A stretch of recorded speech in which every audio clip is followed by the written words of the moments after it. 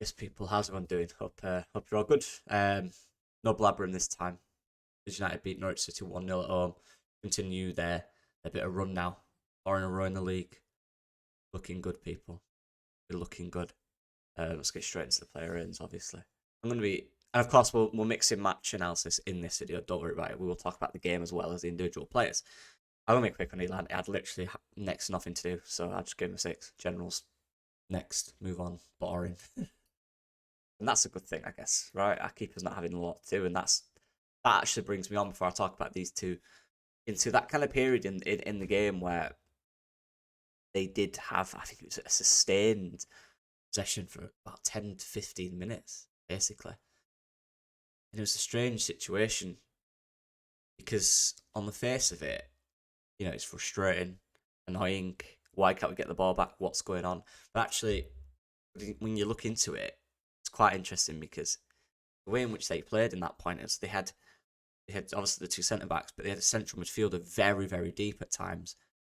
But the rest of the team, bar one, quite high.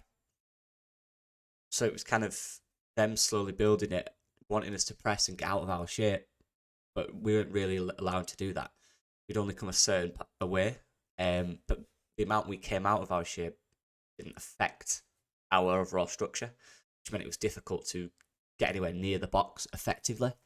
So as frustrating it was, it worked, and from our perspective, they didn't create anything really from it. Like, from that whole sustained period of possession, I think they created 2 shots, got a corner, and had a shot from that.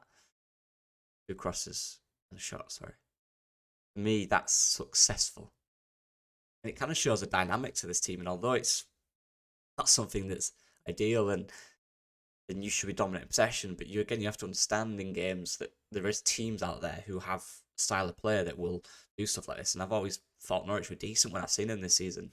They've always got these little passages of play in them that can maintain possession and create interesting movements and interesting spaces for players. But we dealt with that. I get it's frustrating. You want the ball, but for that sustained period, kind of showed that these teams are going to struggle to break us down if we get our shape correct. And a lot of that is down to these two. These two, obviously, as fullbacks, had to be so disciplined in that position because when Norwich got it high, a lot of it was attempted to come from the fullbacks, right? Because obviously that's where there's more space. These two actually held their guard really well. Juni Ferber, who was been said to be bad defensively and has showed weaknesses in that, obviously, was resolute. His kind of a tackle attempts are more sensible now. He's not running out to players. He's not diving in. He's kind of maintaining the shape before he decides to engage. And at them points, he's actually quite difficult to beat because and that's something that is important for a defender. Something that maybe you just learn to develop. Maybe Daniel Farke's seen the footage, watched him. He's really tried to understand how to be more effective defensively. And a lot of that is by not tackling, showing a player down a certain area. That's analysing the wing that you're up against and understanding where they're going to go and then showing them the opposite. It's just effective defending, and he did it really well, as well as attacking, which is elite in the Championship. Let's be honest, it is. In the Championship, it is elite. And it's good to see him after the game in the press conference, talking about this, how he feels and how he's never felt better at Leeds, and criticism really gets to him. And this is a reason people why, and there's nothing wrong with doing it, I don't care. This is a reason why I don't come out and say, this player's not good enough, this player's not good enough, get him gone, rubbish. That's why I don't do that. It's just this perspective of, I guess, understanding, not to this level, obviously, but players' point and what they might go through with football, because a lot of people, even if you're not professional, a lot of people take football extremely seriously and it's everything to them. So I'm always careful like that, and if you look at the Betis days and the way the player was, and looking for that player to replicate, right? That's what you're trying to get out, and we didn't have that chance for form, injuries, adapt into the league, whatever country. But in this Championship season now, he's getting a slight run of games, and hope, touch wood, it continues. And through that, we're getting a consistent performer. who's happy and enjoying his football at this level. And that's important to grow at this level, help the confidence, to then at least be more up for that challenge if you do go up. Whether we sign a left back or not, obviously, have to, just based on his pure injury and his form in the Premier League that week. It's not something that is reliable in that sense yet. So you have to. But having a player that is now adapting to this way, it might make him a better player. Right, that's important. I give him an 8.5. Archie Gray was phenomenal yesterday. I genuinely believe that. Yeah, what else can I say? I'm not going to talk about everyone so much. That tackle on Ida was a joke, by the way. His positional awareness now and his understanding and timing of tackle and where to be on the pitch, and again, this comes down to the position we were in, it is improving day to day. And I'm not the type of person who's going to pigeonhole him into he's a centre mid. He's people hate when someone hate when I say this. He's a young guy. He's only 17. There's no position for him yet. He's been a professional footballer since this season, realistically, consistently. There's so much time to develop. I do want to see him centre mid in the cup, eventually, or maybe a rest. He's definitely a player who can do either. He's learning a lot in either position, become an all-rounded footballer and a better asset for the team because he can play in two positions. Better for his future as well. 8 and 8.5. I thought they were unbelievably good, these two yesterday, both offensively and defensively. It brought so much balance to us. The centre-backs, it's hard to give them higher, just simply based on the fact that most they dealt with was kind of crosses, high balls, 1 or 2 recovery runs from Joe Rodon. But everything they did do was done extremely well, and that's distribution as well. I must feel harsh giving them a 7.5 and an 8. But it's a consistent nature of them two, right?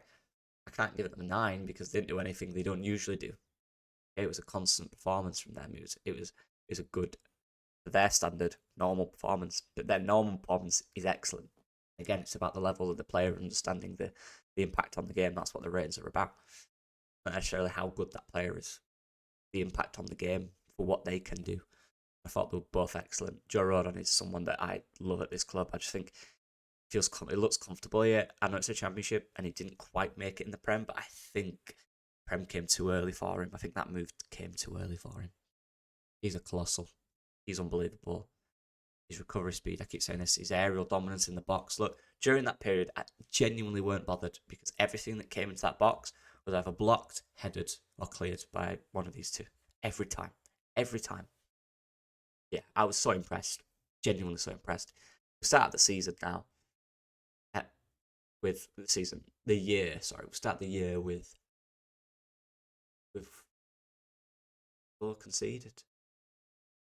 What else can you ask for? Serious. It's going to be problems when Pascal Strout comes back. But it's interesting how you fit him in. It is. Because you want to play Pascal Strout. You also want to play Ampadu and Rodon. I think there's a potential for a back three. I really do believe that. Potentially.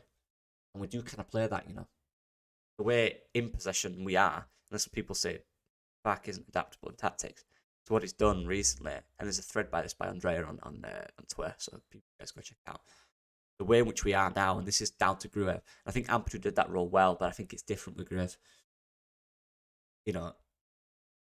Ampadu's was more of he'd sit in a certain area of the pitch and play the balls out wide quickly.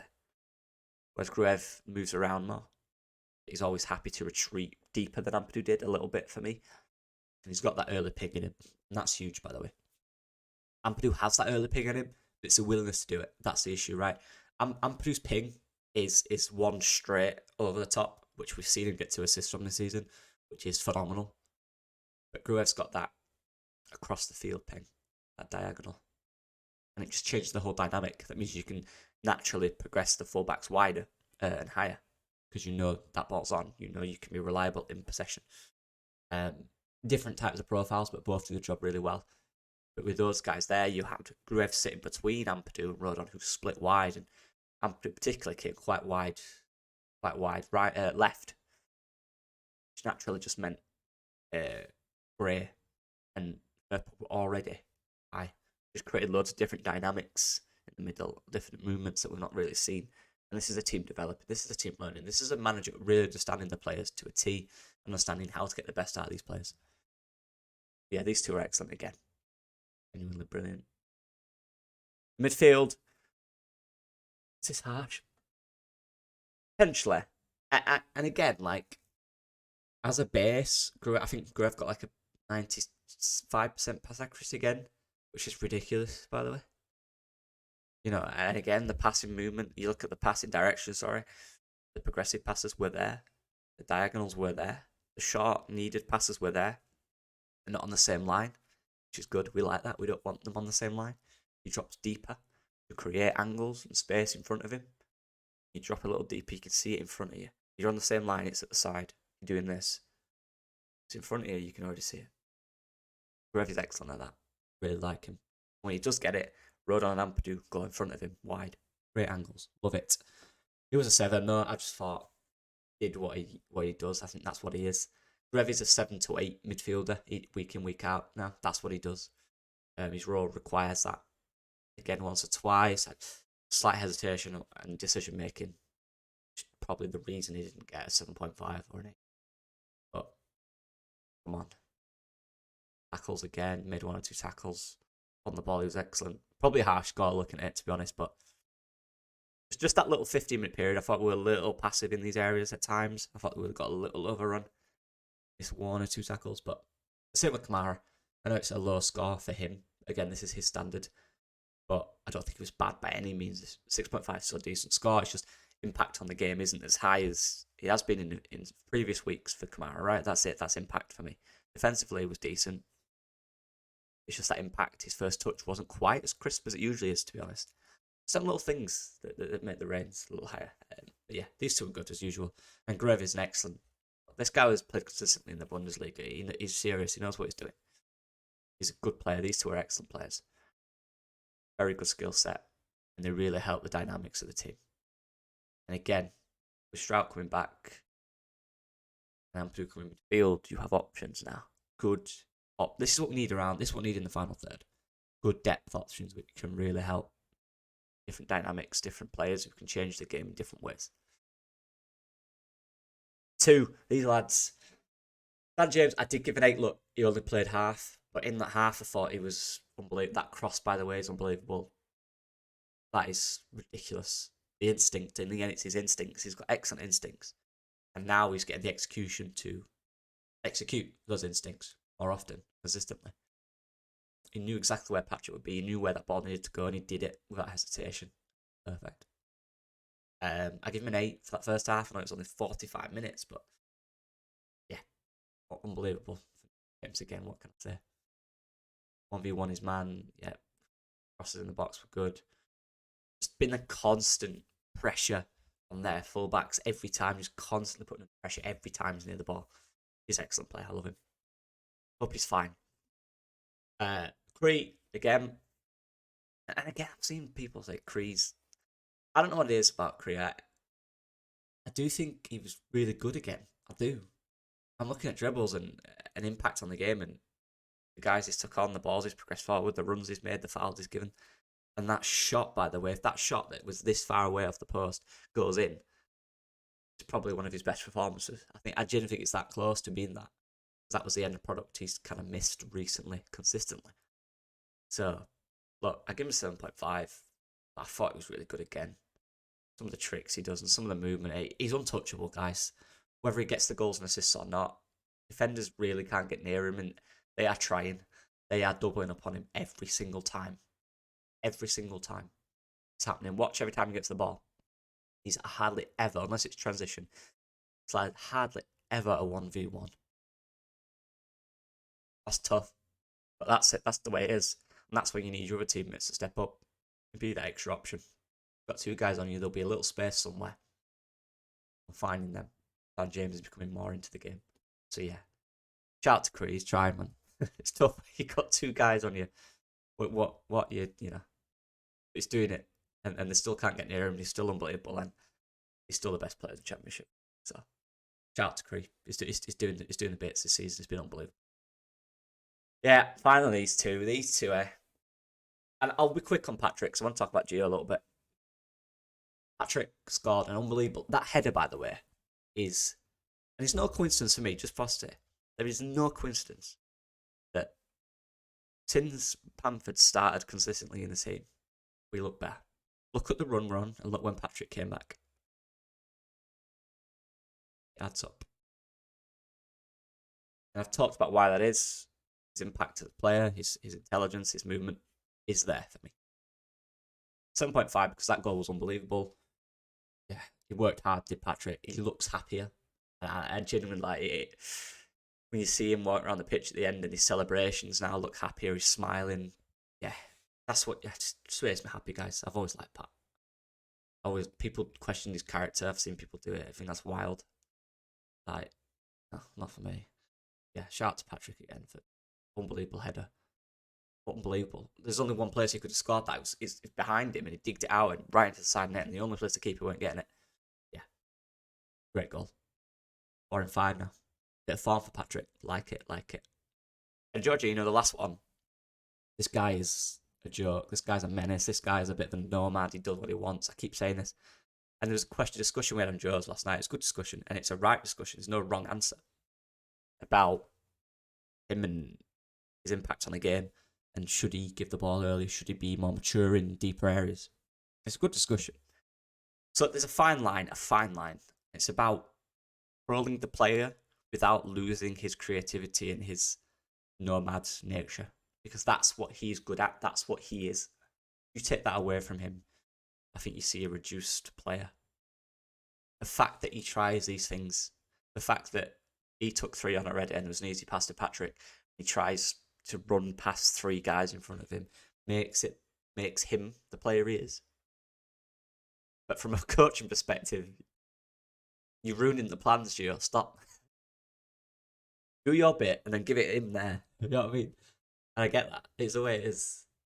So I get it when Daniel Farke gets frustrated and he'll be telling him, look, once you've took on 3 of them, there's the clear option, then pass it. Don't mind you doing 3 of them. When he put that guy on his backside and then he tried again, that's when there was a pass on, right? These little things. You don't want to take that away from a player because that is him. That is who he is. That's where he's happy. And that's where he's effective as well. And that's the discussion you have. And it's genuinely that fine line for me. I think he does go slightly over it at times. Like there's times where he takes 3 of them on. And then the pass is there. Like a good pass into space, into the middle, which is there. Where he'll try it again. But I keep saying about this guy, enjoy him. He's here now. But I don't want to sell our players off, but he's here now. Enjoy him. And I'm going to enjoy every minute of him because he makes me happy. His energy as well. Just his energy, his pure energy about him is just a lie. Yeah. Don't get rid of the creative. Don't get rid of the fun. Football's doing that. Keep that. Obviously, insert 1 or 2 moments per game. Come on. Yeah, I get it. But yeah, what a guy. He makes me happy. And honestly, when he's 21, by the way. He's still so young. You get that because of how big he is. He's 21. When this guy's 26, 27, and he's learned his trade and he's defined his game, I'm telling you right now, I'm predicting on here, he'll be at Madrid. If he continues in this trajectory, genuinely believe that. So about Jadon Dantage real quick. I ain't giving him a rating because it's considering the situation he's in right now, and honestly, it's heartbreaking. Yeah, it's just not worth. I don't know. I'm just not gonna rate him. I think that's just pointless. I don't think it's needed. I don't think it's. Yeah, do you know what I mean? Shout out to him for being there and you know, helping his teammates out. All I can say for Jadon, he really doesn't have to be honest.